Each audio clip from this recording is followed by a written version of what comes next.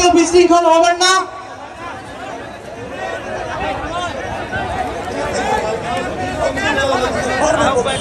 ঠিক মতো কাজ করে না, পুলিশ ঠিক মতো কাজ করে না, নির্বাচন কমিশন ঠিক মতো কাজ করে না। সেই দেশে নির্বাচন দিলে তো ফ্যাসিস্টই পয়দা হবে। আগে এগুলো সবকিছু ঠিক করতে হবে। যে বোন কনসার্ন জানাইছে যে পরের সরকার যদি আবার ফ্যাসিবাদী হয়ে ওঠে, পরের আর কেউ যাতে ফ্যাসিবাদী না হয়ে উঠতে পারে, ক্ষমতা যাতে জনগণের হাতে থাকে, জনগণই যাতে সকল ক্ষমতার উৎস হয়, সেই জন্যই এই সরকারকে সময় দিতে হবে যাতে একটা ফ্যাসিস্ট কাঠামো উঠায়া একটা গণতন্ত্র প্রতিষ্ঠা করতে পারে।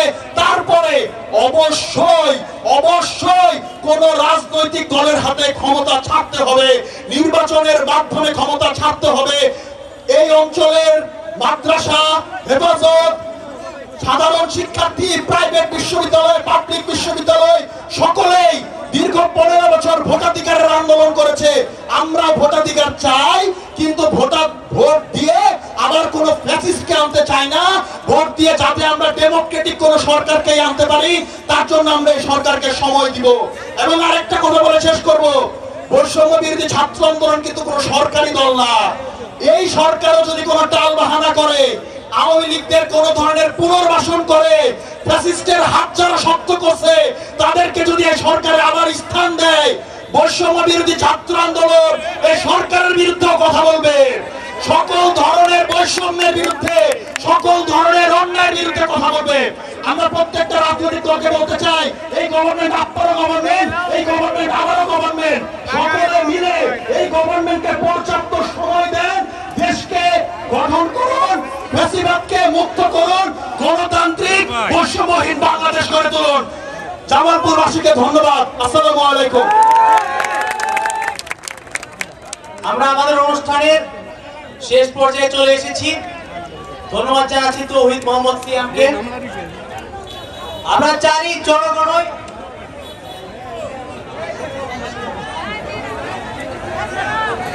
আপনারা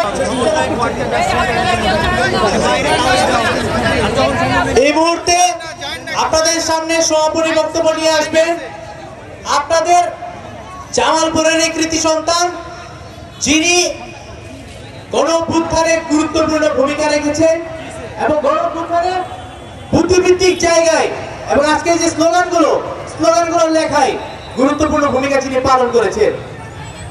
আমরা এই মুহূর্তে বৈষম্যবিরোধী ছাত্র আন্দোলনের কেন্দ্রীয় সমন্বয়ক, ঢাকা বিশ্ববিদ্যালয়ের আইন বিভাগের শিক্ষার্থী লুৎফর রহমানকে তার সমাপনী বক্তব্য পেশ করার আহ্বান জানাচ্ছি। আচ্ছা, আমাদের প্রোগ্রাম একদম শেষ পর্যায়ে। আমি একদম বেসিক কিছু কথা বলছি। প্রথম কথা হচ্ছে, এই আন্দোলনের শহীদদের কথা আপনাদের স্মরণ করতে হবে। এই যে দৌড়দৌড়ি হচ্ছে না, কেউই আমরা শহীদদের কথা স্মরণ করছি না। যে ছেলেটার মাথায় গুলি লেগে মগজ গলে গলে পড়ছে, সেই কথা আমাদের স্মরণে নাই।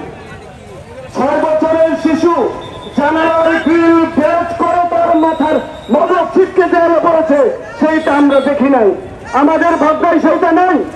যদি থাকতো এই দলাদলি হতো না। শহীদ ইয়ামিনের ছবি আপনারা দেখেছেন, ভিডিওটা।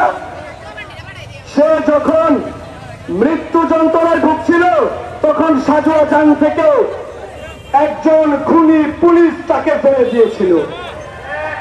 আপনাদের ভিতরে কি সেই শহীদ ইয়ামিনের চেতনা আছে? যদি থেকে থাকে তাহলে এই দৌড়দৌড়ি কেন? সারা জামালপুরবাসীকে জানাতে চাই, শহীদের চেতনা ধারণ করুন।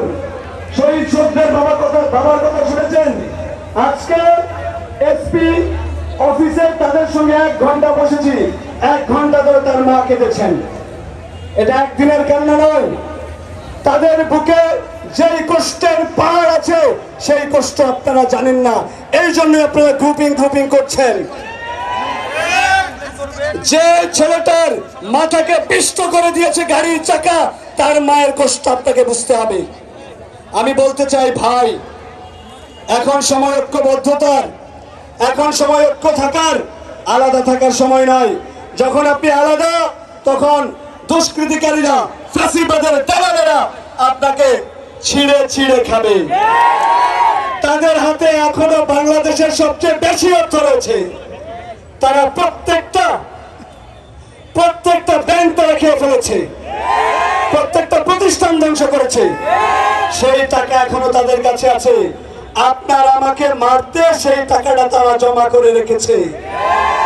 আপনারা যে গ্রুপিং করছেন, যত আলাদা হবেন তত আগে মরবেন। আজকে যদি ফ্যাসিস্টরা ফিরে আসে, সবাইকে আয়না ঘরে পাঠাবে। কোনো দল দেখবে? হেফাজত নাকি জামাত দেখবে? বিএনপি নাকি ওমক দেখবে? সবাইকে ধরে ধরে আয়না ঘরে ভরবে। তো সচেতন থাকবেন ভাই, বেশি কথা বলবো না। রাষ্ট্র সংস্কারের প্রশ্নে আমরা এক থাকব। এই রাষ্ট্র আপনি, আমি, কুলি, মজুর, কৃষক, এই রাষ্ট্রের গার্মেন্টস শ্রমিক, ছাত্র, শিশুরা পর্যন্ত এই রাষ্ট্রের জন্য রক্ত দিয়েছে।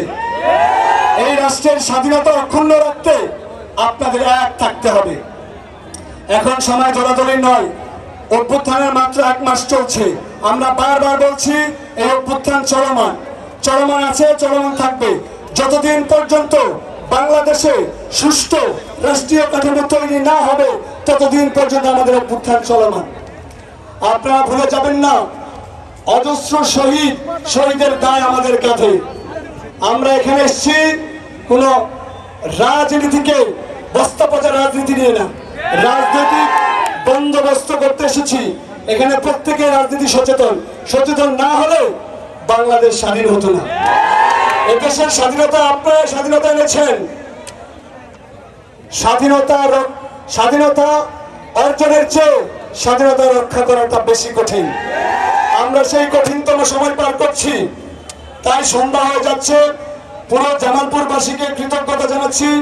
জামালপুরের সকল শহীদদের প্রতি শ্রদ্ধা জানিয়ে আমি আর কথা বাড়াবো না।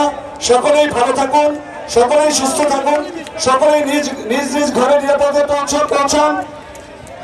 এ ব্যাপারে আমরা এটি শেষ করছি, আমার বক্তব্য এখানে শেষ করছি। সকলের প্রতি কৃতজ্ঞতা জানাচ্ছি। ধন্যবাদ সবাইকে।